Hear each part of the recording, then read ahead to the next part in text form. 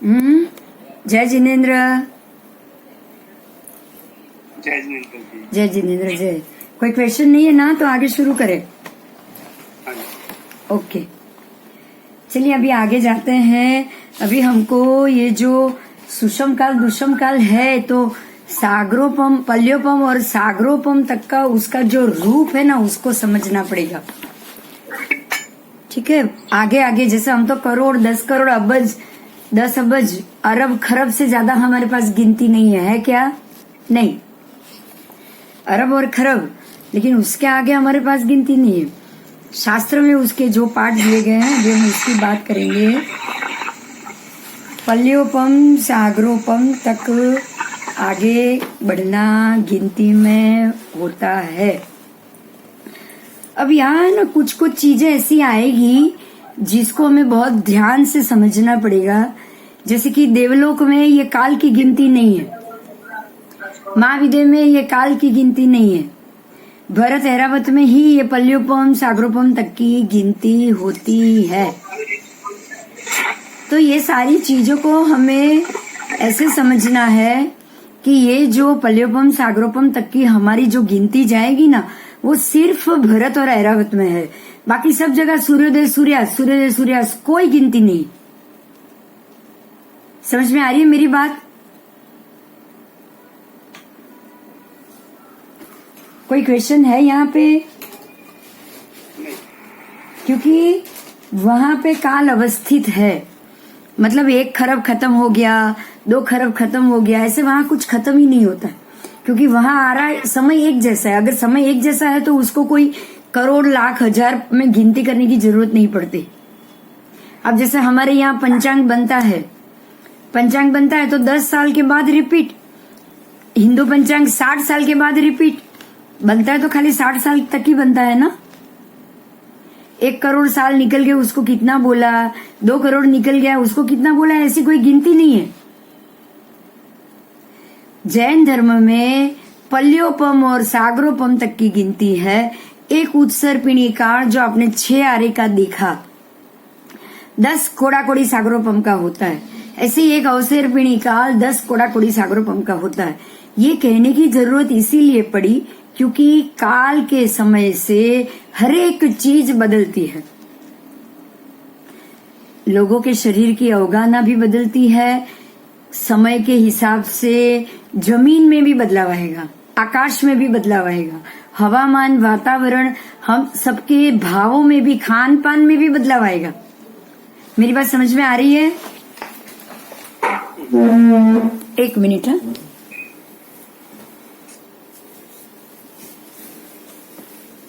ये जो खाली जैन धर्म में है ना, यहाँ पे मैं आपका ध्यान दोहराऊंगी। हिंदू धर्म में जो सतयुग, त्रेता, द्वापर और कलियुग जो 4 व्यवस्था है, वापस कली से ऊपर चढ़ते चढ़ते सतयुग तक जाना, बिल्कुल हमारे जैसे उत्सर्पिणी अवसर्पिणी का समय हुआ। सतयुग, उनका सतयुग हमारा पहला आरा, दूसरा आरा, तीसरा आरा। फिर त्रेता युग तो हमारे चौथे आरे के बराबर, त्रेता और द्वापर, और कली युग हमारे 5वें और 6ठे आरे के बराबर। तो ये जो व्यवस्था है वो भरत में ही है और कहीं नहीं है। और भरत में जितने भी अलग अलग धर्म होंगे वो सबने इसको कुछ नाम दिया है। हमारे में उसको 10 कोड़ा कोड़ी सागरोपम का उत्सर्पिणी अवसर्पिणी काल चक्र माना है। हिंदू धर्म में उन लोगों ने सतयुग और त्रेता युग ऐसे 4 प्रकार के युग का नाम दिया है। समझ में आई मेरी बात? आगे जाएंगे। आगे में आपको भवनपति आदि देवों के आयुष्य के प्रसंग पे तथा अन्य पदार्थों के विवरण के प्रसंग पर पल्योपम सागरोपम आदि शब्दों का उल्लेख मिलेगा। देखिए, भवनपति देव, फिर वाणव्यंतर देव, वैमानिक देव, और जो भी जम्बू द्वीप के जो जम्बू का जो जम्बू देव है, जामवन देव, उसके बाद वैताड़ है पर्वत, और जो भी जो सब अलग अलग पर्वतों के जो नाम है, उन सबके देवों के आयु है वो 1 पल्योपम के ही होते। जो भी ये अलग अलग पर्वतों के सभी के देव हैं, जिसको आप रक्षक कह सकते हो, वहां का राजा कह सकते हो। जैसे कि वैतरणी गिरी का नाम देव, उनके जो देव का नाम है वो गिरी कुमार, ठीक है। और ये जो कैलाशपति और हरिवाहन देव, ये देव से आप, ये दो नाम से आप कौन से नाम निकालोगे, मैं आप लोगों से पूछना चाहूंगी, बताओ जरा। कैलाशपति, ये नाम तो कैलाशपति नाम सुना हुआ है। यही नाम हमारे ढाई द्वीप में एक पर्वत के ऊपर रहे उसके अधिष्ठायक देव का नाम है। सारिका, तेरे में वापस ये प्रॉब्लम हो गया, तू माइक बंद रखेगी। कुछ प्रॉब्लम है तेरे लैपटॉप में या कंप्यूटर में, पता नहीं क्या है, माइक बंद कर दे। दूसरे है नाम हरिवाहन देव, उससे आपको कौन से देव याद आएंगे?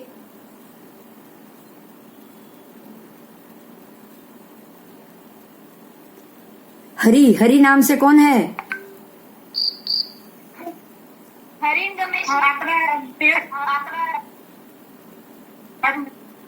हाँ, तू बोली सारिका, विष्णु बोली ने? હરિન ગમેશી છે। अरे વિષ્ણુદેવ, આ લોકોના જે શંકર દેવ પછી બીજા વિષ્ણુ ખરા કે નહીં? હિન્દુઓમાં શંકર દેવ ને વિષ્ણુ દેવ પણ ખરા કે નહીં ત્રિદેવમાંથી?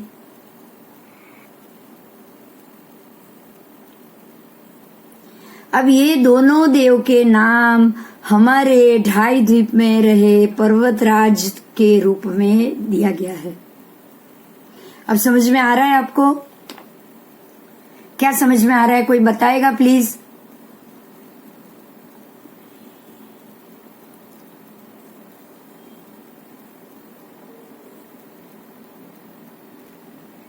શું પૂછ્યું છે તમે? हरिवाहन देव कैलाश देव, हरिवाहन देव कैलाश देव। नहीं, कैलाश को खबर पड़ी। हरिवाहन, पर्वत से। हरिवाहन देव का नाम ही विष्णु है। विष्णुदेव, विष्णुदेव, विष्णुदेव। नहीं, ये खबर नहीं थी। हाँ हाँ, विष्णुदेव है। तो जो भी शंकर देव और विष्णुदेव जो हिंदू धर्म में उनको जो भगवान माना गया है ना, ये हमारे ही ये ढाई द्वीप के दो पर्वत के राजा अधिपति माने गए हैं। ठीक है, तो ये सारी चीज हम जानेंगे अभी आगे आगे, और बाकी सारे भी देवों के नाम आएंगे। जैसे माल्यवंत पर्वत है, उनके जो देव उनका नाम है माल्यवन देव। ठीक है, तो इस प्रकार से ये जम्बू द्वीप है, उनके जो देव है अधिष्ठायक, उनका नाम है जाम्बवन देव।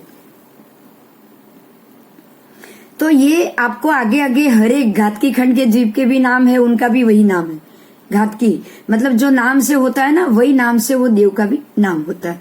तो हमें सिर्फ यहाँ पे इतना ही समझना है कि पर्वत के राजा अगर कोई अधिपति देव है तो जाहिर है वो आपको सम्यक दृष्टि नहीं मिलेंगे। मिलेंगे क्या? नहीं मिलेंगे, नहीं मिलेंगे। तो अगर वो देव को कोई अन्य धर्मी उसको भगवान मान के पूजा करे तो ये बात हो सकती है कि नहीं हो सकती है?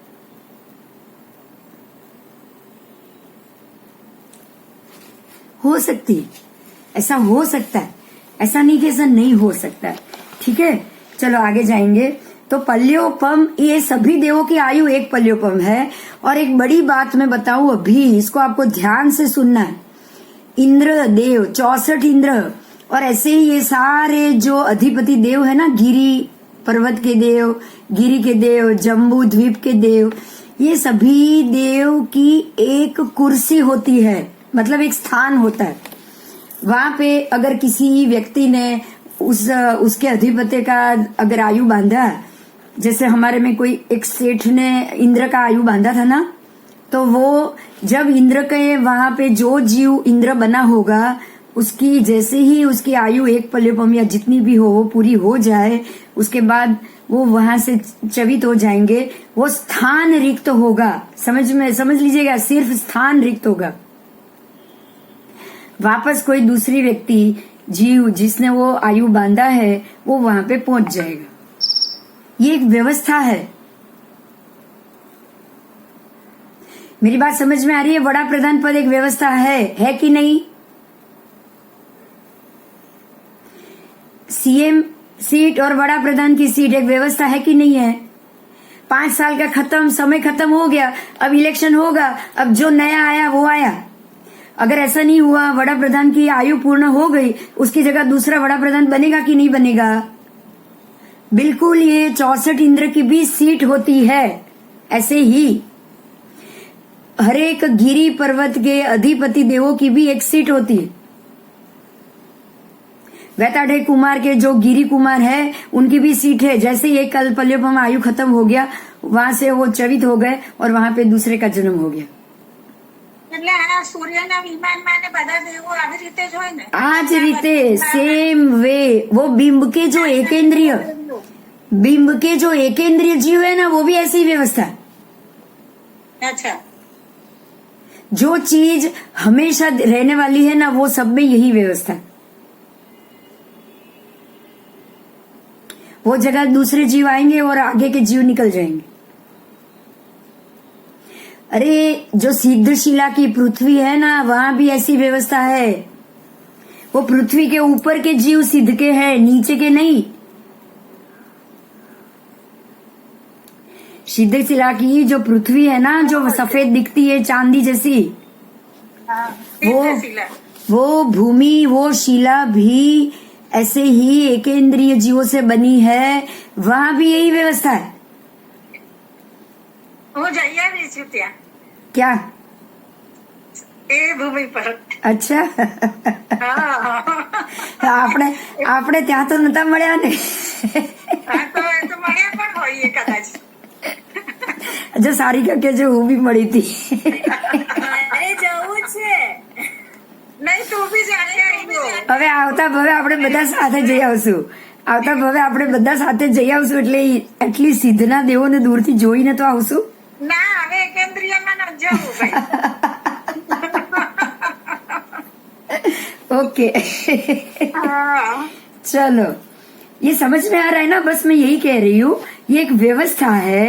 और एक पल्योपम आयु और एक सागरोपम आयु वाले जीव वहां जन्म लेंगे, जिन्होंने ऐसी उत्कृष्ट आयु बांधी होगी वो।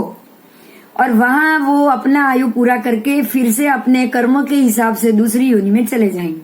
बराबर? तो जो इंद्र बन रहे हैं, जो ये भूमि के अधिष्ठायक है, देव है, वो सब कर्म के अधीन ही ये पूरा संसार चल रहा है। और कर्म के अधीन ही अपने पद अनुसार उनको आयु मिलती है। बराबर? क्लियर हो गया आज ये पाठ? चलो आगे जाएंगे। सामान्यतः असंख्यात वर्ष का एक पल्योपम होता है। अब एक पल्योपम आयु तो है, लेकिन वो कितने समय हुआ? असंख्यात वर्ष। आप उसको गिनती में नहीं कर सकते हो। अरब खरब तो गिन सकते हैं ना? अरब खरब हम गिन सकते हैं, लेकिन ये ऐसा है जिसको आप गिन नहीं सकते हो। और 10 कोड़ा कोड़ी पल्योपम, देखिए एक पल्योपम है असंख्यात, और 10 कोड़ा कोड़ी 10 करोड़ गुणिया 10 करोड़ ऐसे असंख्यात वाला एक पल्योपम। 10 करोड़ पल्योपम को 10 करोड़ पल्योपम से गिनो, जितने असंख्यात वर्ष आए वो एक सागरोपम हुआ। मतलब आपके पास कोई गिनती करने का माध्यम होगा क्या?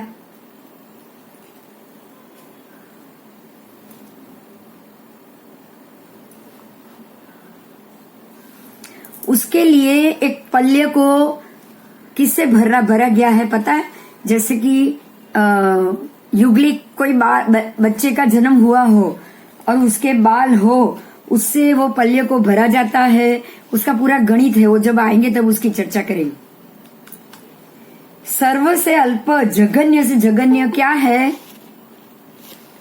सर्व से अल्प जघन्य से जघन्य है एक समय। सर्व से अल्प जघन्य से जघन्य है एक समय, और अति एंड में मतलब सबसे ज्यादा हो वो है सागरोपम। आगे जाएंगे। एक आंख बंद करके खोलने में असंख्य समय चले जाते हैं। इसलिए वो कितना सूक्ष्म होगा वो हमें नहीं पता। मात्र केवल ज्ञानी जान सकता है कि आंख बंद करके खोले हैं उसमें कितने समय निकले हैं, वो गिन सकते हैं, हम नहीं गिन सकते, वो जरूर गिन सकते हैं। राग द्वेष रहित सर्वज्ञ परमात्मा कभी भी असत्य प्रतिपादन नहीं करते हैं। जो भी केवली हो गए हैं वो राग द्वेष रहित है, उनको असत्य बोलने का कोई कारण नहीं होता। आज के वैज्ञानिक में 1 मिनट के करोड़वें भाग का अगर आपको ज्ञान करना हो तो यंत्र की मदद से आप करोड़ भाग कर सकते हो, लेकिन अपने दिमाग से नहीं कर सकते हो। आप अपने दिमाग से नहीं कर सकोगे। बिल्कुल इसी तरह हम नहीं कर सकेंगे। वो एक यंत्र ही हो चुके हैं जिनको हर केवल ज्ञान हो चुका है, उनको सब प्रकार का ज्ञान मिल गया है। वो सूक्ष्म से सूक्ष्म समय को भी वो देख सकते, हम नहीं देख सकते। બિંદુબેન આજે બુકનું આવતું નથી ડિસ્પ્લે હા મેં નથી કર્યું, જોઈએ છે કોઈને? અચ્છા અચ્છા હું હવે હાથમાં જ લઈને બેઠી છું। ઓકે તો કયું પેજ છે તમારી બુકમાં 97 અરે 90 કોઈને જોઈએ છે બોલો। किसी को बुक का डिस्प्ले चाहिए? હા પલ્લવપમ ને સાગરોપમ हाँ हाँ, किसी को चाहिए? नहीं तो मैं ऐसे ही जाऊं।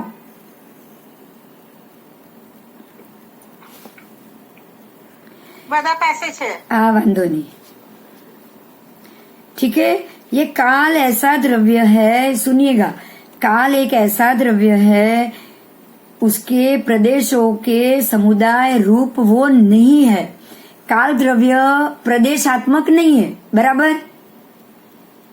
ऐसा तो नहीं है ना एक समय का इतनी जगह जमीन है, ऐसा प्रदेश है? एक घंटा समय निकल जाए तो इतनी जमीन निकली, ऐसा कोई प्रदेश है? नहीं है। तो ये बिल्कुल अरूपी है, ये दिखने जैसा नहीं। काल के भेद नहीं हो सकता, अगर प्रदेश नहीं है तो भेद नहीं हो सकता, लेकिन निश्चय और व्यवहार से उसके 2 भेद जरूर बताए गए हैं। निश्चय से मतलब कि पूरा एक काल चक्र वो निश्चय हो गया, और व्यवहार से मतलब उसमें सारे आरे अलग, उसके वर्ष अलग, उसके दिन अलग, वो सारा व्यवहार काल हो गया।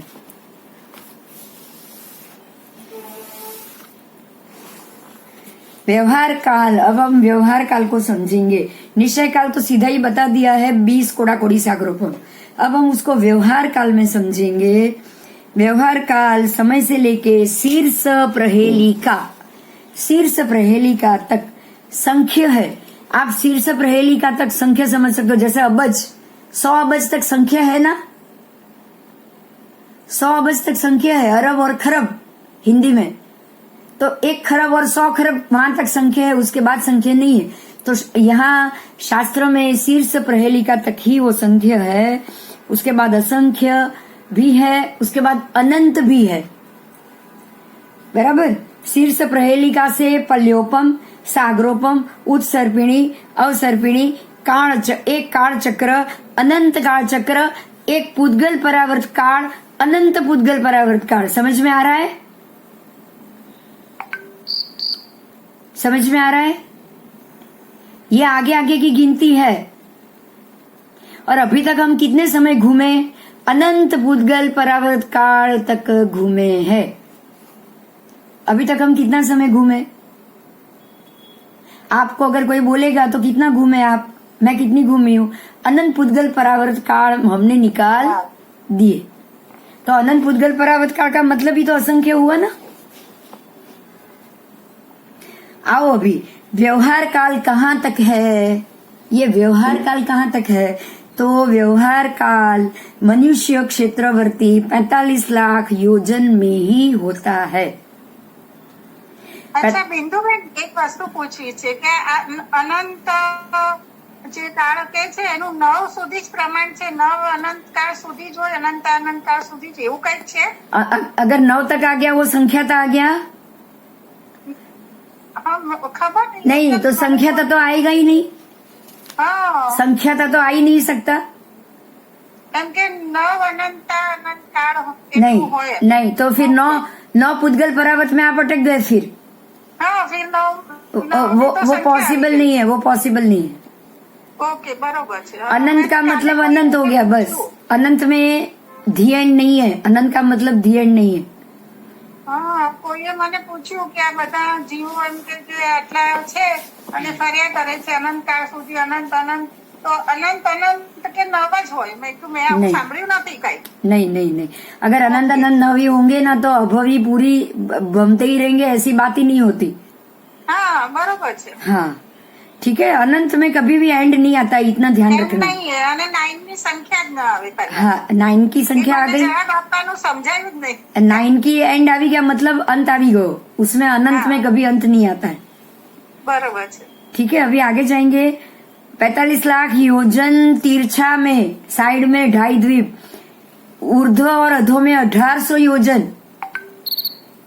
ये तो हमने पढ़ लिया है पहले, फिर से आगे आएगा तब देखेंगे. लेकिन यहाँ तक व्यवहार काल होता है क्योंकि जो क्षेत्र में सूर्य चंद्र आदि ज्योतिष चक्र चर होने के साथ साथ अपने किरणों से प्रकाश और अंधकार दोनों देते हो, दोनों दे रहे हो.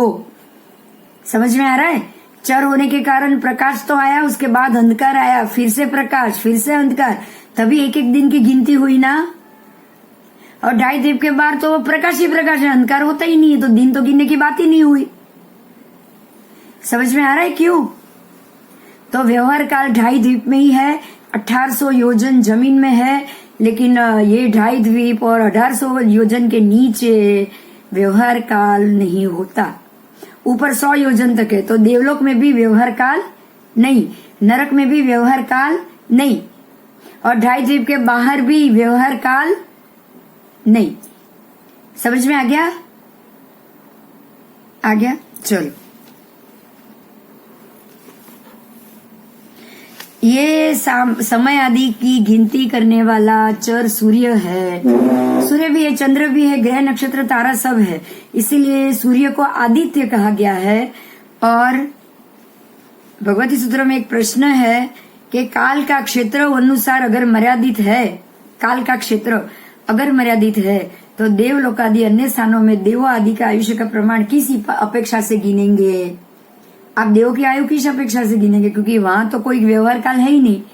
तो जवाब है देवलोकों के स्थानों में वर्तित जीवों के आयु की गणना ऊपर बताए हुए मर्यादित क्षेत्र में वर्तित व्यवहार काल से ही करनी होती है. मतलब ये हो गया कि अगर आप वहां की आयु देखेंगे और बोलेंगे कि पहले दूसरे देवलोक में 10,000 आयु जघन्य है, 10,000 वर्ष, तो किसकी अपेक्षा से हुआ? हमारे की अपेक्षा से हुआ, यहाँ की व्यवहार काल की अपेक्षा से हुआ, क्योंकि वो काल में तो व्यवहार है ही नहीं. यहाँ देखिए, एक बात पे ध्यान दीजिएगा, बिल्कुल इसी प्रकार से एक पूरे काल चक्र में 20 कोड़ा-कोड़ी सागरोपम होता है. अनिल जी ध्यान दीजिएगा, ये बहुत इंपॉर्टेंट है. एक काल चक्र में 20 कोड़ा-कोड़ी होता है गिनती, जो भरत और ऐरावत में घूमा तो उतना ही समय महाविद्या में हुआ. जहाँ इतने में जितने तीर्थंकर हुए, जो भी तीर्थंकर होना है महाविद्या में उतने में ही हो जाएंगे बस. समझ में आया? हमारे लिए वो 10 कोड़ा-कोड़ी काल चक्र है, लेकिन वहां तो काल चक्र है ही नहीं, नाम ही नहीं है, नाम ही नहीं है. तो यहाँ जब 24 तीर्थंकर हो गए तो वहां उत्कृष्ट भी हो गए और जगन्य भी हो गए. ये बात समझ में आ गया? हाँ, आगे जाएंगे.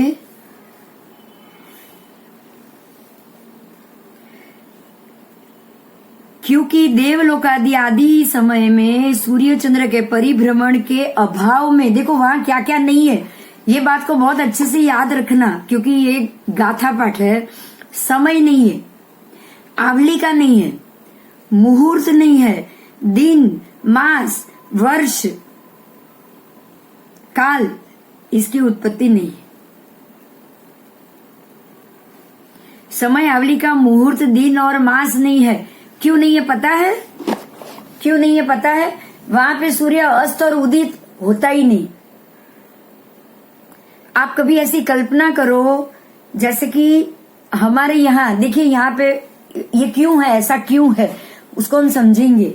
हमारे यहाँ सूर्योदय होता है, उसके बाद दोपहर होती है तो धूप बढ़ती है, और जब अस्त होता है, सुबह और शाम अस्त होने के वक्त सूर्य का रंग कैसा दिखता है? लाल दिखता है ना. केसरी दिखता है ना, और दोपहर में तपते हुए सूर्य का कैसा होता है, बिल्कुल पीला और सफेद जैसा होता है ना। महाविदेह में जहाँ पे ये व्यवहार काल नहीं है, वहां पे पूरा 24 घंटे तक, क्योंकि सूर्य निकलेगा, कभी भी जो सुबह का जो बाल सूर्य होता है, शाम का जो बाल सूर्य होता है, वो 24 घंटे तक दिखता है।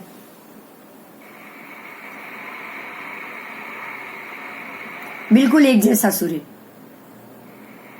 सूर्योदय के वक्त और सूर्यास्त के वक्त जैसा सूर्य होता है, वैसा ही सूर्य वहां पे पूरा दिन दिखता है।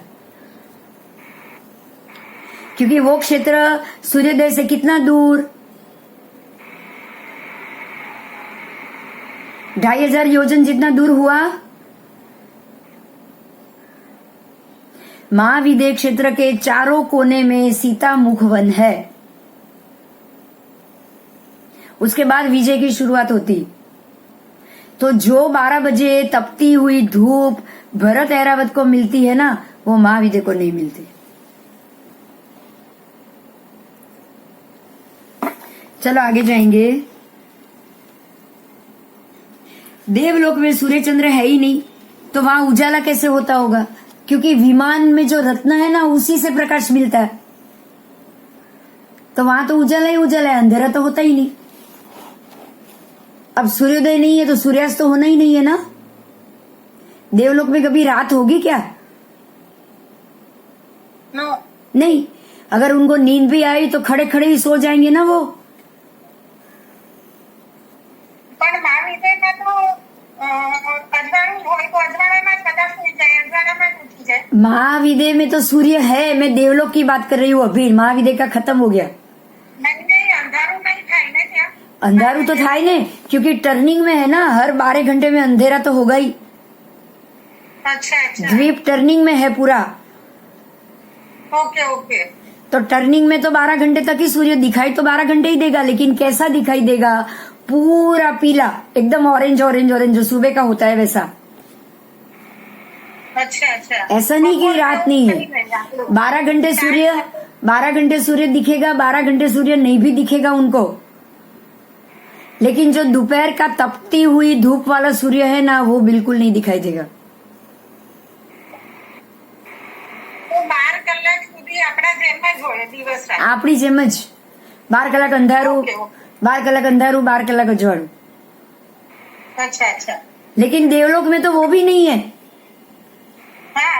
नरक में तो वो भी नहीं है। हम्म। क्योंकि वहां तो, अच्छा नरक में तो अंधेरा ही अंधेरा है। अंधेर, ये क्लियर हो गया?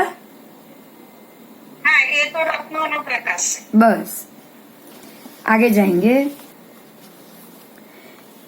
जिस तरह व्यवहारिक काल होता है, मतलब 1 दिन 2 दिन 3 दिन, बिल्कुल उसी प्रकार से निश्चयिक वर्तना परिणाम स्वरूप काल भी होता है।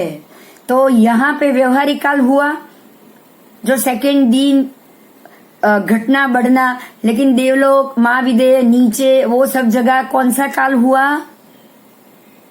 निश्चय काल। वर्तना परिणाम वाला तो है ही कि भाई जीव का जन्म होगा और अंत होगा।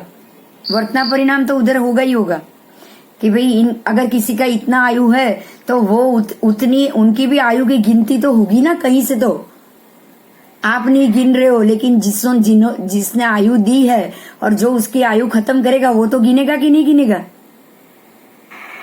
एक पल्योपम की आयु दी गई है तो एक पल्योपम में तो वहां जगह खाली होगी कि नहीं होगी? इसलिए वर्तना परिणाम वाला समय जरूर है, जिसको निश्चयात्मक बोला जाता है। आज आपने निश्चयात्मक काल और व्यवहार काल समझा है। बोलो, कुछ नहीं समझ में आया, ऐसा कुछ हुआ है? बताओ, प्रश्न कर सकते हो अगर किसी को नहीं समझ में आया तो। ये बहुत जरूरी। આપણે આયુષ્ય સ્ટોપ કરવા ને પેલું કયું બીજું શું કહેવાય, તૂટી જાય વચ્ચે। तो वो हमारा आयु टूट जाने वाला है, इसलिए हम व्यवहार काल में, क्योंकि व्यवहार काल ही समझिए व्यवहार काल ही खुद टूटता है पूरा दिन। બરોબર છે। बरोबर, टुकड़े टुकड़े में होता है। मुहूर्त घटी, ये 100 साल, 10 साल, 15 साल, 100 साल, 1000 साल, लाख साल, सब टूट रहा है ना वो, और तो इसलिए आयु भी टूट रहा है। और जहाँ पे आयु टूटे ही नहीं, उनको पता ही नहीं चलता, उनको गले की माला करवाएगी ना तब मालूम पड़ेगा कि हमारा आयु खत्म हो रहा है। अच्छा, देव और महादेव का व्यवहार का देवलोक में यही काल है, निश्चय काल। देवलोक में निश्चय काल, नरक में निश्चय काल, और महाविद्या में भी निश्चय ही है, व्यवहार तो है ही नहीं। तो એટલે મહાવીર આયુષ્ય તૂટે નહીં। आयुष्य उनको 500 धनुष की काया तो है ही, देखिए, लेकिन ये सूर्य उनको दिखता है ना, उदय अस्त होता है ना, हाँ, तो ना पूरा निश्चय है ना पूरा व्यवहार है। એટલે શું બોલાય તો उनको आयु टूटेगी भी और सब कुछ होगा, लेकिन जो सूर्य के दोपहर का ताप या तपना या उसके जो अशुभ फल है ना, वो उनको नहीं मिलेंगे। એટલે અહીંયા વ્યવહાર અને નિશ્ચય કાળ બે ચાલે એમ કહેવાય। वहाँ पे आधा ही व्यवहार चल रहा है, पूरा व्यवहार नहीं चल रहा है, लेकिन आयु तो कभी भी टूट सकती है। शरीर तो है ना, एक ध्यान दीजिए, आयु किस लिए टूटती है? आपको शरीर मिला इसलिए। देवलोक में शरीर मिला है क्या? नहीं नहीं तो फिर वहाँ आयु नहीं टूटेगी। नारकी को शरीर नहीं मिला है, नहीं टूटेगी। तो महाविद्या में काल की वजह से आयु टूटती है, नहीं। बस तो बात खत्म हो गई। ओके ओके, बरोबर, क्लियर થઈ। आपको आयु टूटने में काल को नहीं लाना है बीच में। बरोबर છે। काल का व्यवहार अलग है, काल को वहां लाओगे जहां बदलाव है। जहां बदलाव है वहां व्यवहार काल, जहां बदलाव ही नहीं है, फिक्स एक समय है निश्चित, वो है निश्चय काल। ओके ओके ओके, ठीक है। हम्म, अब आयु का खंडन होना तो निश्चित नहीं है ना? नहीं नहीं, तो आयु निश्चित नहीं है, इसलिए थोड़ा व्यवहार जाएगा, लेकिन उनकी जो वज्र वृषभ संगयन ये सब तो निश्चित है ना। 500 धनुष की काया तो निश्चित है ना। हाँ हाँ हाँ, तो आधा व्यवहार आधा निश्चय भी हुआ कि नहीं काल में? बरोबर बरोबर છે। वहाँ पे सब मिश्रण है, वहाँ की व्यवस्था ही अलग है। એટલે નિશ્ચય हाँ, દિવસ રાત નથી। અરે હું બધું તો બોલી ગઈ બેન। દિવસ રાત તો હોય જ ને, સૂર્ય ચંદ્ર ફરે તો દિવસ રાત તો હોય જ ને। બપોર ના હોય ત્યાં બપોર જ ના હોય, એટલે બપોર જેવો તડકો ના હોય। બપોર પણ હોય બેન, પણ બપોર જેવો તડકો ના હોય। મિશ્ર કાળ હોય। બપોર જેવો તડકો નહીં, તમારું શરીર બગાડે, રોગ કરે એવો તડકો નહીં। નહીં, વ્યવહાર કાળ અને નિશ્ચય કાળ તમે કીધું એમાં બંને અડધું ત્યાં તો નિશ્ચય જ કહેવાય। સાંભળી લો, હવે એમાં અડધું અડધું નથી બોલવાનું। महाविद्या में निश्चय काल ही है, वहाँ व्यवहार काल नहीं है, क्योंकि व्यवहार काल गिनती में व्यवहार काल आता है, वहाँ गिनती में निश्चय होता है। वहाँ पल्योपम, सागरोपम, काल चक्र, 10 कोड़ा कोड़ी कुछ नहीं है वहाँ पे। बराबर છે। तो वहाँ पे आप निश्चय काल बोलोगे, वहाँ व्यवहार काल नहीं बोलोगे। और निश्चय काल भी समय की अपेक्षा, क्षेत्र की अपेक्षा चेंज हो जाएगा। ये तिरछा लोक है। अब आप तिरछा लोक का निश्चय काल और देवलोक का निश्चय काल तो नेचुरली है ना, अलग होगा। बराबर, बस, ओके, मगर महाविद्या में होगा तो निश्चय काल ही, वहां व्यवहार काल नहीं बोलना है आपको, आधा आधा भी नहीं बोलना है, बराबर। पर देवलोक का, नरक का निश्चय काल और महाविद्या का निश्चय काल अलग है, ठीक है। व्यवहार, अभी व्यवहार काल की बात करें। व्यवहार काल के 3 भेद बताए। कौन से भेद? जो अभी चल रहा है उसके 3 भेद। एक तो है वर्तमान, जो अभी है, और जो चला गया वो भूत, और जो आएगा वो भविष्य। तो जो भूतकाल, वर्तमान काल, भविष्य काल, ये 3 भेद व्यवहार काल के हुए, बराबर। हम बोलते हैं ना, जो तीर्थंकर हो चुके हैं वो काल निकल गया, चौथा आरा चला गया, 5वां वर्तमान में है और 6ठा अब आएगा, तो 3 काल हो गए। अब आगे, अब अतीत और अनागत काल जो गया वो, और आने वाला है वो अनंत काल समय का है। देखिए, अभी इसको समय में डिवाइड किया है, अतीत अनंत काल तक गया, भूतकाल अनंत अनंत काल तक चला गया, आने वाला भी अनंत काल होता है, कोई गिनती तो है नहीं। पर वर्तमान को आप मात्र एक समय को वर्तमान कहोगे। समझ में आ रहा है? तो वर्तमान गिनती का है।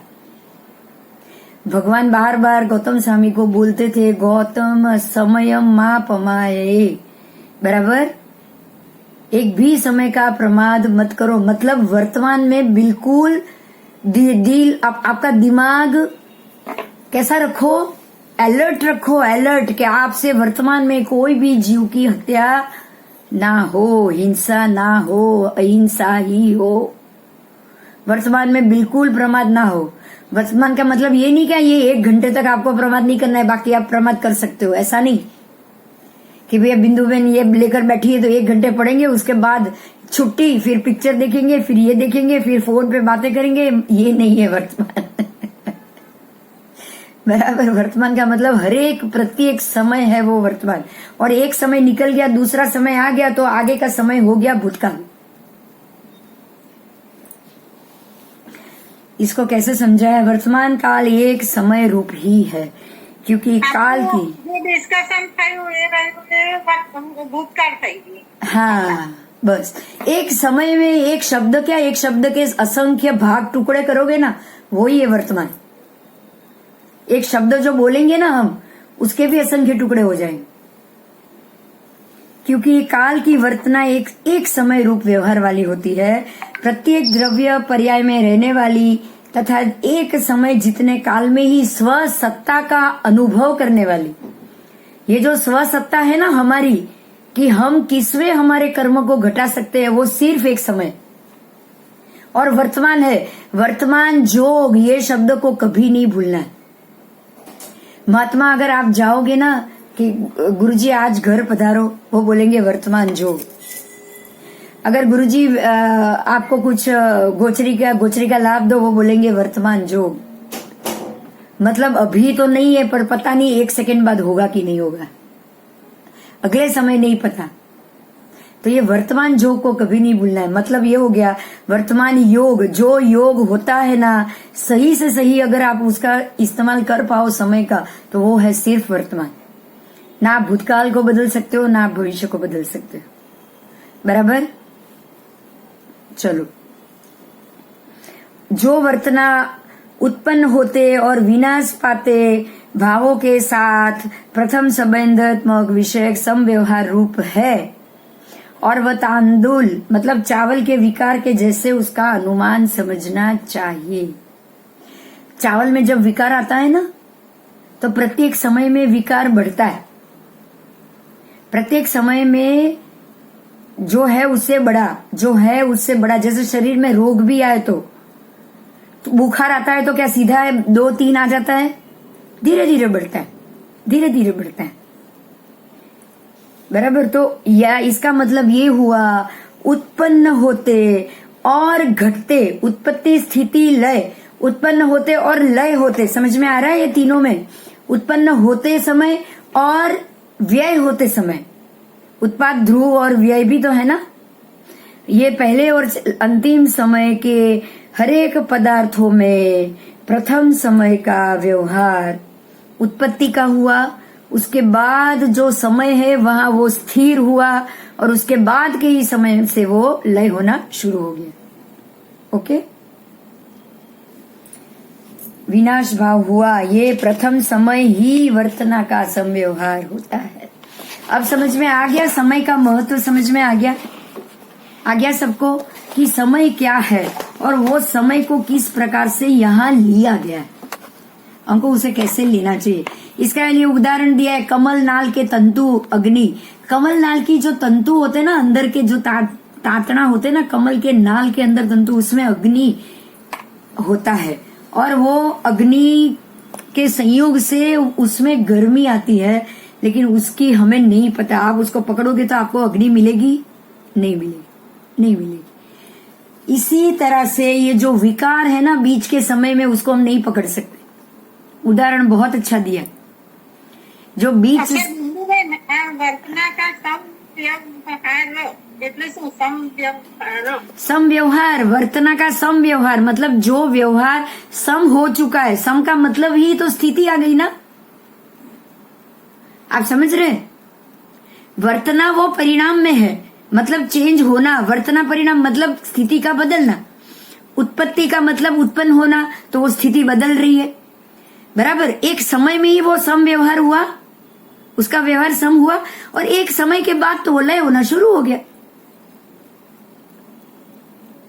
तो ये जो परिणाम हुए ना, उत्पन्न हुआ, फिर समय कुछ एक समय के लिए सम हुआ और अब लय होना शुरू हो गया, इसका मतलब ही वर्तना परिणाम हुआ। समझ में आ रहा है? देखो हमारी आयु में तो ये वर्तना परिणाम से ही समय जाता है। समझो अभी आप, हमारी आयु में कैसे जाता है? मनुष्य भव या शरीर के साथ, पूतगल अस्तिकाय के साथ आप यही वर्तना परिणाम में रहोगे। व्यवहार काल होगा, शरीर की उत्पन्न हुई, बच्चे के गर्भ में से, इतने छोटे में से 9 महीने तक भी तो इतना बच्चा हुआ। वो बच्चा बाहर आने के बाद भी तो हमारे जैसे बड़ा हुआ। बड़ा होने के बाद भी अंदर शरीर में वृद्धत्व आया। हम सम कब हुए? प्रत्येक समय जितना ही हुए ना, सम हुए तो है। कब हुए? जब चक्षु बंद करो खोलो, असंख्य समय निकल गए, वो एक समय में हम सम हुए, और वो सम होते होते ही दूसरे समय में तो लय होना शुरू हो चुका। तो ये वर्तना परिणाम जो सम व्यवहार है वो सिर्फ व्यवहार काल में ही मिलेगा, बराबर। आगे जाएंगे। देखो एक आप किसी पेपर को लो या कपड़े को लो, मान लो कि ये कपड़ा है, मान लो ये कपड़ा है, और मैं उसको ऐसे ही 1 सेकंड में, ऐसे ही कपड़ा है ये मानना, पेपर नहीं कपड़ा है, मैं उसको ऐसे फाड़ रही हूं। अब कैसे 1 सेकंड में टुकड़ा हो जाएगा 2 कपड़े का, लेकिन क्या एक के बाद एक समय में फटा? कैसे फटा वो? एक समय, 2 समय, 3 समय। एक तंतु पहले समय में, दूसरा तंतु दूसरे समय में, तीसरा तंतु तीसरे समय में। धागा है ना सब उसमें, तो एक के बाद एक धागा टूटा कि नहीं? तो 1 सेकंड में इतने कितने धागे टूटे? अंदर कितने धागे बने हुए थे? कम से कम 1000 धागे होंगे, तो 1000 समय लगा उसको। बस ऐसे समझना है। हर एक तंतु जो टूटता गया है वो है एक समय। पहले समय में तो पहले धागे को एक समय मिला कि नहीं मिला, दूसरे को एक समय मिला कि नहीं मिला, बस। और पहले समय में एक धागा टूट रहा है तो भूतकाल में उसमें एक भी फटा हुआ था, और दूसरे समय में एक फटा हुआ आ गया, तीसरे में वहां 2 आ गया, तो वहां पे बदलाव हुआ ना, उत्पत्ति में बदलाव हुआ, लय हो रहा है, वहां बदलाव हो रहा है, घट रहा है। लेकिन क्या समय में एक ही टूट रहा है, वहां कोई बदलाव है? समझ में आ गया अभी पूरा? चलो, बिल्कुल इसी प्रकार से एक दूसरा एग्जाम्पल है। 100 पंखुड़ियों इकट्ठी करो कमल की और सुई डालो, 1 सेकंड में सुई उतर जाएगी क्योंकि पंखुड़ी कोमल है। अब क्या एक साथ में सारे भेदे या एक के बाद भेदी पंखुड़ी? एक साथ में। एक साथ में कैसे? पहली की में छेद हुआ, दूसरे में सेकंड में हुआ, हाँ, तीसरे में तीसरा छेद हुआ। माइक्रो सेकंड कहवाय એને। आप उसको माइक्रो सेकंड बोलो, यही हमारी भाषा में समय है। उससे भी छोटा। उससे भी छोटा है। तो कहने का अर्थ ये है कि उसमें एक के बाद एक ही भेद होगा ना। तो एक के बाद अगर पहली हुई तो वो पंखुड़ी भूतकाल, दूसरी हुई तो भूतकाल, तीसरी हुई तो। अब क्लियर हो गया? चलो आगे। ये सूक्ष्म से सूक्ष्म काल समय है और कर्म ग्रंथादि, सुनिएगा, ग्रंथों में वर्णित चौथे जघन्य युक्त असंख्यता की संख्या जितनी होती है, तब एक आवलिका होती है। तो जब एक आवलिका का समय है ना, उसमें भी असंख्य समय निकल चुके जिसको आप गिन नहीं सकते हो। अब ये आवलिका 256 इकट्ठी होगी ना, आप समझ रहे हो, असंख्य समय की एक आवलिका। अब 256 आवलिका का समय सूक्ष्म निगोद जीव की एक आयुष्य।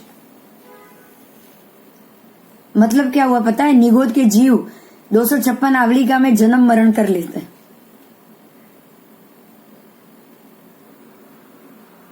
ये अभी तक 1 मिनट हुआ नहीं है।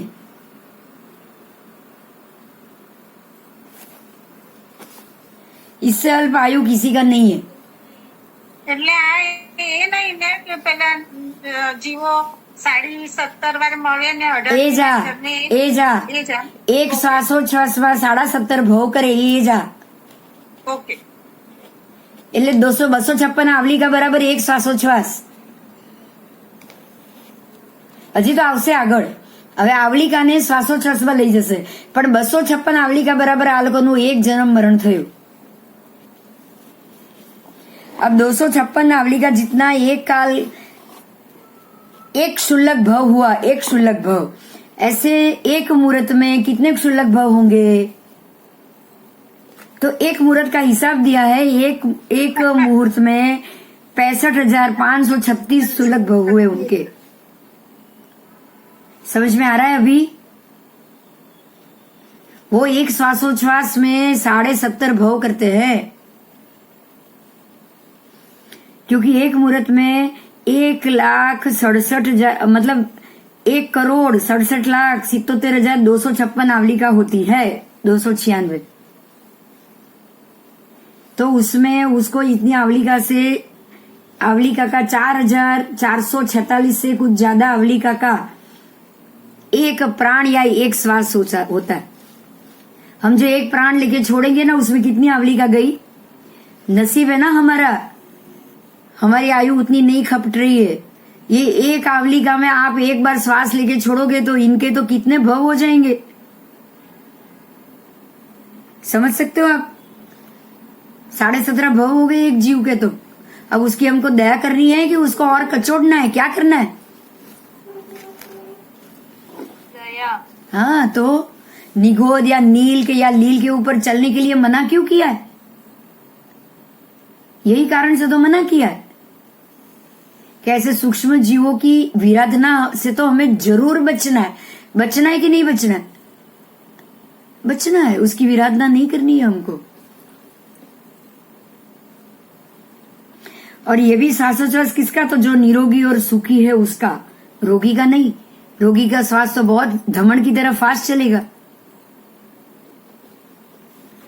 उच्छ्वास को ऊर्ध्वगमनशील और नीचे रखने पे निश्वास, मतलब उच्छ्वास निश्वास, एक सांस लो और एक छोड़ो, पूरा जब श्वास हो जाए ना, वो दोनों मिलकर प्राण होता है, एक प्राण होता है।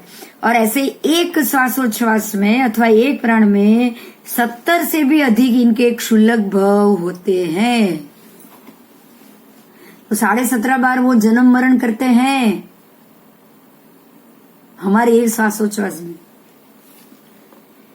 अब इतने काल को ऐसे 7 प्राण इकट्ठे हो तब एक स्तोक बनेगा। कितना? 7 प्राण का एक स्तोक बनेगा। ऐसे 49 प्राण का एक लव बनेगा, मतलब 7 स्तोक का एक लव, 77 लव का एक मुहूर्त। अब समझ में आ रहा है?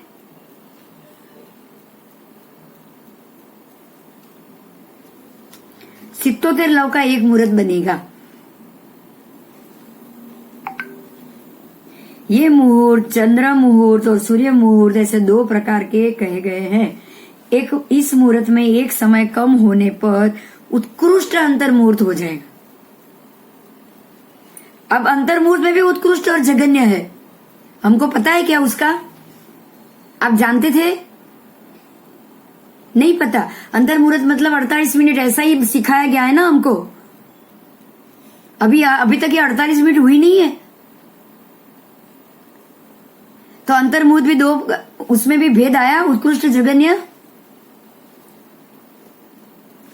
लघु में लघु, सुनो सुनो अभी આવે જ તે કઈ કે હા નહીં સાંભળો હવે લઘુમાં લઘુ જગન્ય અંતર્મુહૂર્ત એક સમયનું છે ખાલી तो एक समय भी अंतर्मूर्ति है आप समझे एक जो समय है ना वो भी अंतर्मूर्ति अगर कोई बोले अंतर्मूर्त में ये हो गया तो आपको ये नहीं समझना है कि 48 मिनट उसको लगे होंगे ओके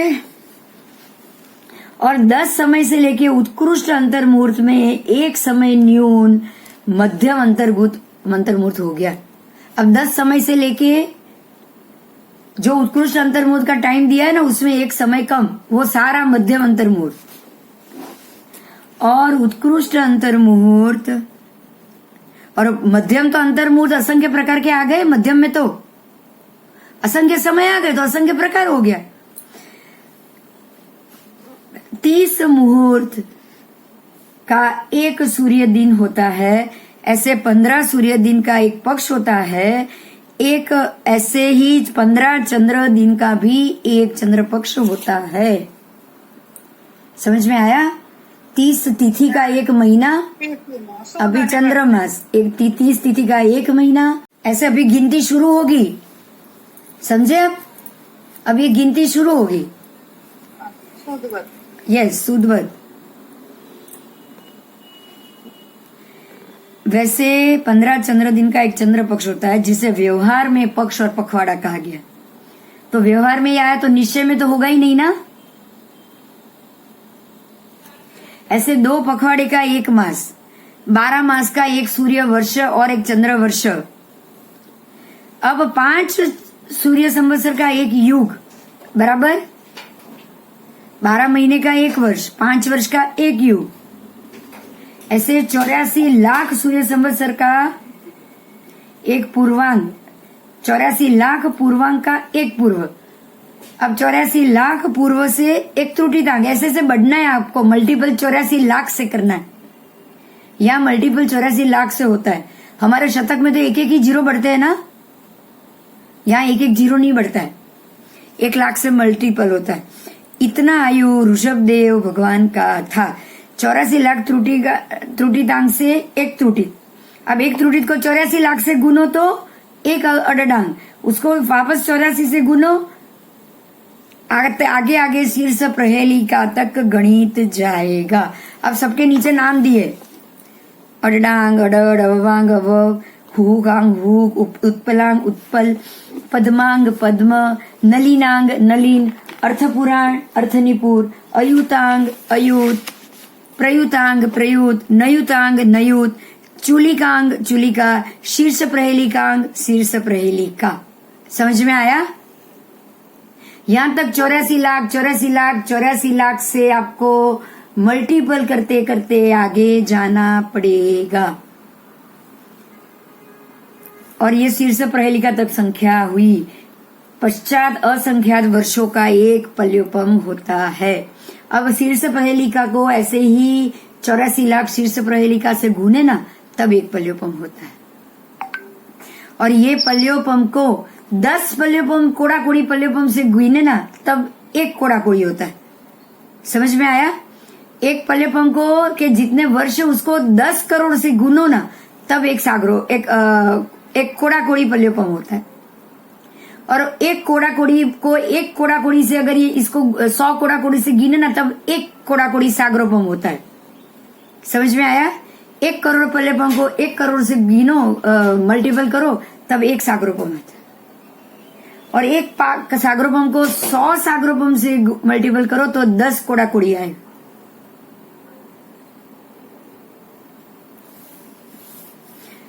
ठीक है अब हम पल्योपम पे अटक जाए पल्योपम के अटक जाओ पल्योपम 6 प्रकार के हैं पल्योपम 6 प्रकार के हैं उद्धार पल्योपम अद्धा पल्योपम क्षेत्र पल्योपम और प्रत्येक के सूक्ष्म 3 और बादर 3 ऐसे 6 भेद हो गए मतलब ये हुआ कि उद्धार पल्योपम सूक्ष्म उद्धार पल्योपम बादर उद्धार पल्योपम सूक्ष्म अद्धा पल्योपम बादर अद्धा पल्योपम सूक्ष्म क्षेत्र पल्योपम बादर क्षेत्र पल्योपम ठीक है ऐसे 6 प्रकार पल्योपम के बताए गए हैं बिल्कुल इसी प्रकार से सागरोपम के भी 6 भेद आएंगे। चलो अब ये सारा लिखा हुआ है, जो हम पढ़ चुके हैं उसको हम वापस नहीं पढ़ेंगे, बराबर? ठीक है। अब आगे आएगा जैसे कि 2 मास, एक पक्ष के 2 पक्ष तो 1 मास, वो मैं बोल देती हूँ। 2 मास की 1 ऋतु बराबर, ऐसे 6 ऋतु की 12 मास, 12 मास का 1 संवत्सर। और संवत्सर के आगे तो हमने गिनती कर ली पहले। यहाँ ये बोला है कि त्रुटितांक की संख्या को 84 लाख से 25 बार अगर आप गुणाकार करोगे तो शीर्ष प्रहेलिका का प्रमाण आएगा। अब आओ दूसरे पेज पे, आपको पेज नंबर 95 पे आपको पूरा किसका क्या कहा जाता है, किसका क्या कहा जाता है उसका गणित दिया हुआ है, आप उसको देख सकते हो। ठीक है, आगे आगे आगे। आज आपका ये पाठ नंबर 5 खत्म हुआ। अब आप आओगे 6 नंबर पे, बादर उद्धार पल्योपम।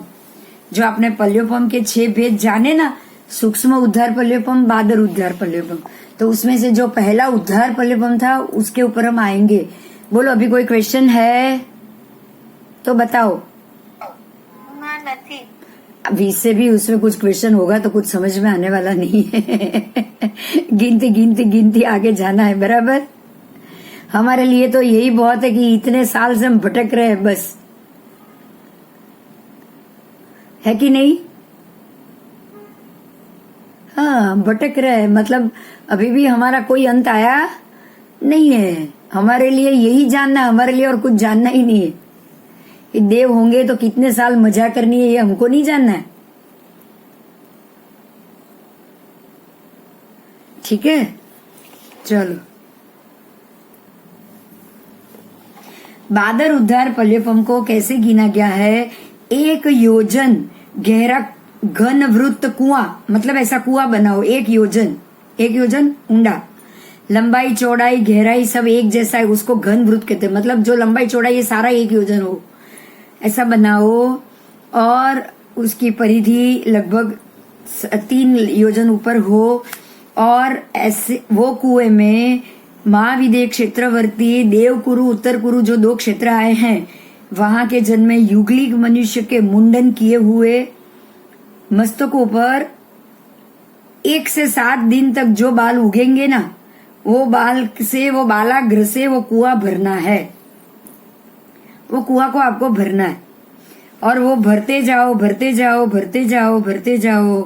तो उसमें, और वो भी कैसे, आपको देखो यहाँ बताया हुआ है, मैं बोलती हूँ आपको। उसमें जो आपने पहले कुआं भर दिया, आपने वो कुआं बालों से भर दिया। अब आपको क्या करना है, वो जो 1 बाल निकालो उसके 7 बार 8 टुकड़े करो। मतलब कैसे करो? 1 बाल के पहले 8 टुकड़े करो, जो टुकड़ा हुआ है उसका दूसरी बार 8 टुकड़ा करो, उसका तीसरी बार भी एक टुकड़ा लेके तीसरी बार भी 8 टुकड़ा करो। वो जो तीसरी बार जो छोटा टुकड़ा हुआ उसमें भी और 8 टुकड़े करो। ऐसे 7 बार टुकड़ा करो तो कितना छोटा बाल होगा? क्योंकि ये तो युगलिक के बाल है ना, तो युगलिक की हाइट हिसाब से बाल भी लंबे ही होते हैं। वो 1 टुकड़ा, अब ये 8 टुकड़ा हो गया है। अब आपको क्या करना है कि वो जो आपने जो कुआं बनाया है उसमें ये 1 टुकड़ा डालना है। आज 1 टुकड़ा डाल दिया, अब दूसरा टुकड़ा कब डालोगे? ध्यान दीजिएगा, ध्यान दीजिएगा। ऐसे बाल के टुकड़े करने के बाद वो सारे टुकड़े को वो पल्य में ठसोठस भरना है। समझ में आ रहा है? वो जो घन वृत्त 1 योजन का कुआं है ना, उसको बिल्कुल ठसोठस भरना है। ऐसा ठसोठस भरना है कि उन बालों को अग्नि भी ना जला पाए। उन बालों के वो ठसोठस भरे हुए कुएं के ऊपर से पूरे चक्रवर्ती की सेना भी निकल जाए ना, तो भी वो बाल उड़ ना पाए। ऐसे आपको बिल्कुल खींचो खींच भरना है, बिल्कुल जगह नहीं रहनी चाहिए। समझ में आ रहा है? ऐसे आपको भरना है। उसके बाद वो कुएं में से हर एक समय पर एक एक बालाग्र को समुद्धत करना है, मतलब निकालना है, उसको निकालना है। ऐसे समय समय पर बालाग्र निकालते हुए जितने समय में वो पल्य सर्वथा खाली हो जाए उतने समय को बादर उद्धार पल्योपम कहा जाता है। ठीक है, अब आओ दूसरी बात। ये सूक्ष्म उद्धार पल्योपम, ये था बादर उद्धार पल्योपम। अभी सूक्ष्म में क्या बताया है पता है? सूक्ष्म उद्धार पल्योपम में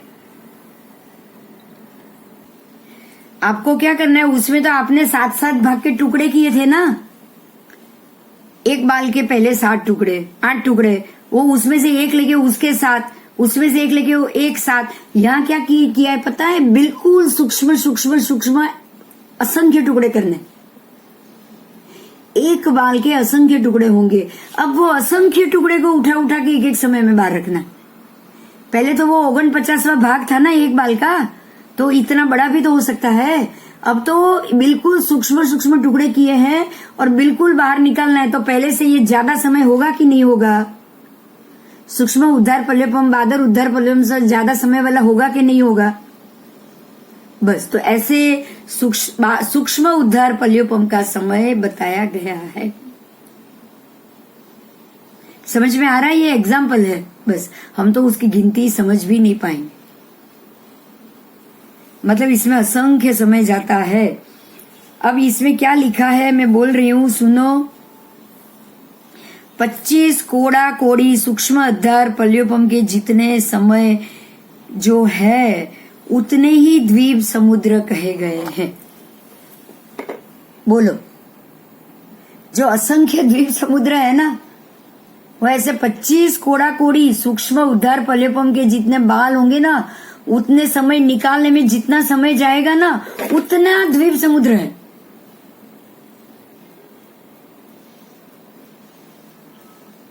और अंतिम में स्वयंभू रमण समुद्र।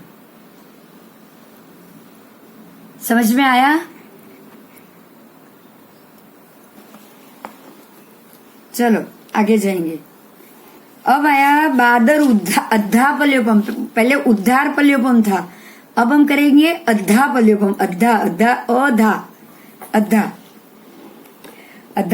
उद्धार पल्योपम के लिए जैसे ही बालाग्र भरे थे ऐसे ही यहाँ भी भरना है। लेकिन जो आपने एक एक समय में एक एक बाल निकाला था ना, उसकी जगह हर 100 वर्ष में एक एक बाल निकालना है। कितना लंबा समय जाएगा? जो आपने एक एक समय में एक एक बाल निकाला, अब 100 वर्ष में एक बाल, मतलब कितने ज्यादा समय हो जाएगा, आप समझ सकते हो। उसको कहेंगे बादर अद्धा पल्योपम। ठीक है, 100 वर्ष में एक निकालोगे, दूसरे 100 वर्ष में दूसरे निकालोगे, मतलब जो एक एक समय में निकाला अब 100 वर्ष में निकालोगे तो उतना समय हर एक बाल के पीछे लंबा होता जाए। समझ में आ गया? अब आगे जाएंगे सूक्ष्म अद्धा पल्योपम। ये 100 साल में निकाले थे ना, 100 में एक एक निकाला था ना। अब आपको कितना निकालना है? 100 वर्ष पर एक एक बालाग्र निकालना है जब तक कुआं खाली ना हो जाए।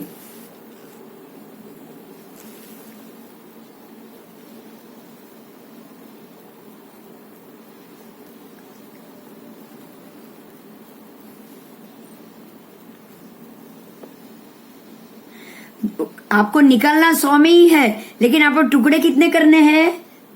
असंख्यात।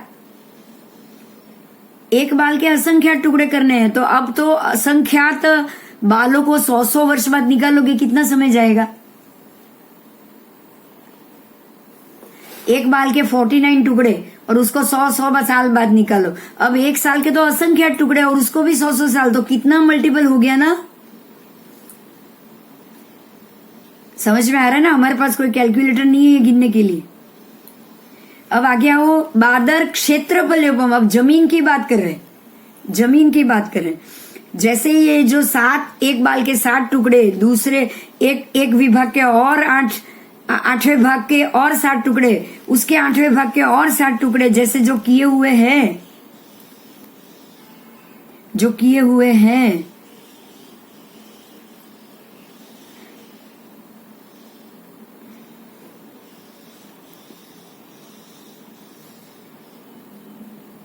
उसी पल्य में से प्रत्येक रोम खंड में असंख्य आकाश प्रदेश अंदर और बाहर से भी स्पर्श कर रहे हैं।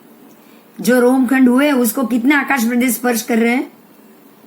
बड़ा कुआं है, बड़ा पल्य है, बड़े बड़े इतने बालों का ढगला है, कितने आकाश प्रदेश को छू रहे हैं। जितने आकाश प्रदेश को छू रहे हैं उतना समय बादर क्षेत्र पल्योपम, और आपने और टुकड़े टुकड़े किए, आप उसको एक एक एक एक निकालते जाओ तो वो कितने आकाश प्रदेश को छुएंगे? और भी ज्यादा, वो होगा सूक्ष्म क्षेत्र पल्योपम। ऐसे बहुत इजी, आपको टुकड़ा करना एक बार समझ में आ जाना चाहिए बस। बराबर?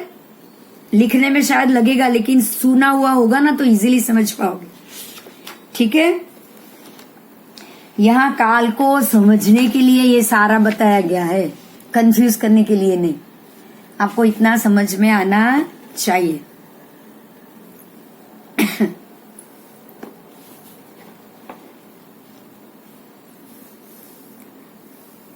आगे जाए। ऐसे 10 कोड़ाकोड़ी सूक्ष्म क्षेत्र पल्योपम, ऐसे 10 कोड़ाकोड़ी सूक्ष्म क्षेत्र पल्योपम से एक सूक्ष्म क्षेत्र सागरोपम होता है। पल्योपम तो समझ में आ गया, एक पल्योपम। अब यहाँ पे सागरोपम समझाया है कि जैसे ही जितना समय एक पल्योपम का हुआ, ऐसे 10 कोड़ाकोड़ी, 10 करोड़ गुणिया 10 करोड़, उतने पल्योपम जाएंगे तब एक सागरोपम होगा। समझ में आया? समझ में आया? और ऐसे 10 कोड़ाकोड़ी सागरोपम का एक काल चक्र हो। ओके, तो ये आपका काल का नाप खत्म हो गया। अब आ गया पाठ नंबर 7 पे। आपके 6 पाठ खत्म हो गए। क्लियर हुआ? क्लियर हुआ? आगे मैं ले लू, चैप्टर ले लू थोड़ा, क्योंकि गणित ही जा रहा है, जमीन का ही गणित जा रहा है, तो मैं ले रही हूँ क्योंकि आपको एक साथ में ही समझ में आ जाए इसलिए। ठीक है, जैन शास्त्र अनुसार अब देखो, आपको माप तो आ गया, पल्योपम सागरोपम क्षेत्र तो आ गया, क्षेत्र आ गया मतलब जमीन का माप आ गया। तो उसको कैसे लिया गया है? एक योजन के कितने माइल इन्होंने आज के हिसाब से गिने। एक योजन के कितने माइल, मतलब आपको यही देखना है कि एक योजन की जमीन को हम नाप कैसे सकते हैं।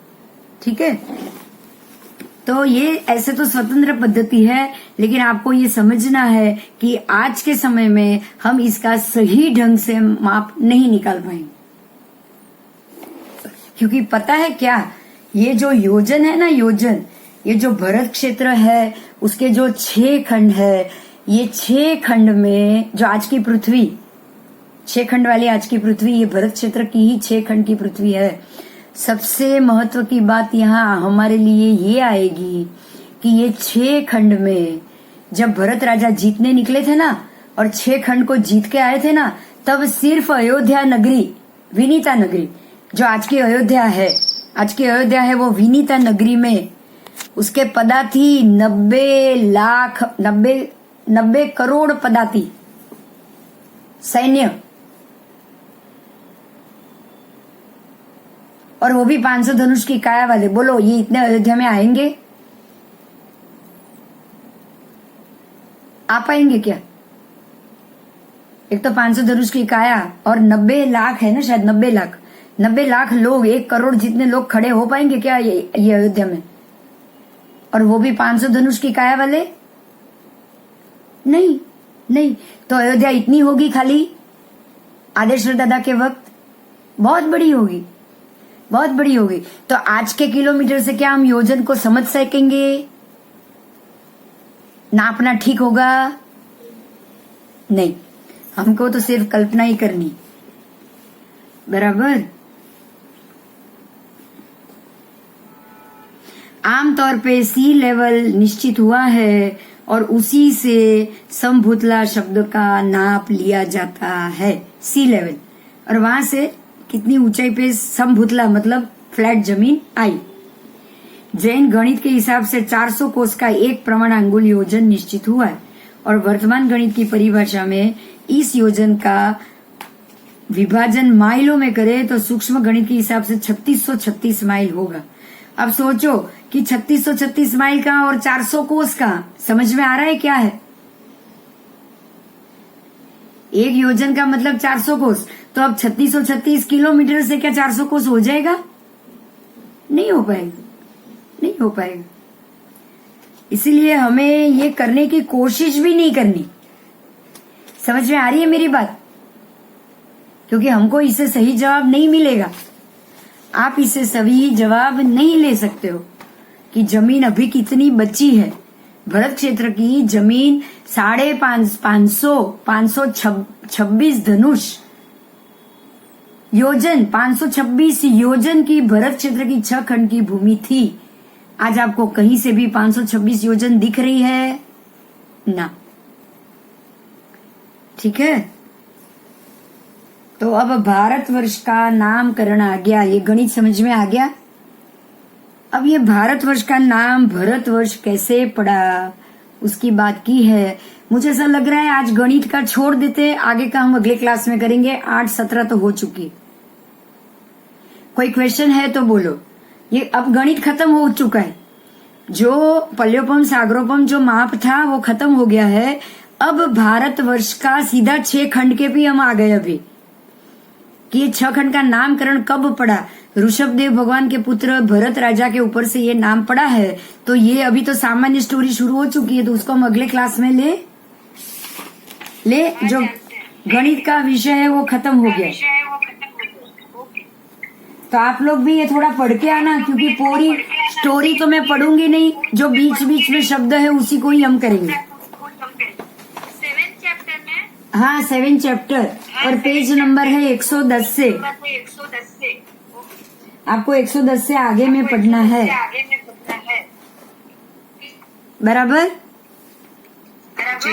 कोई प्रश्न नहीं समझ में आया हो तो बोलो। और नूतन जी आप ये जान लेना क्या लेक्चर हुआ है, उसके बाद कोई क्वेश्चन होगा तो अगले क्लास में जरूर क्वेश्चन कर लेना।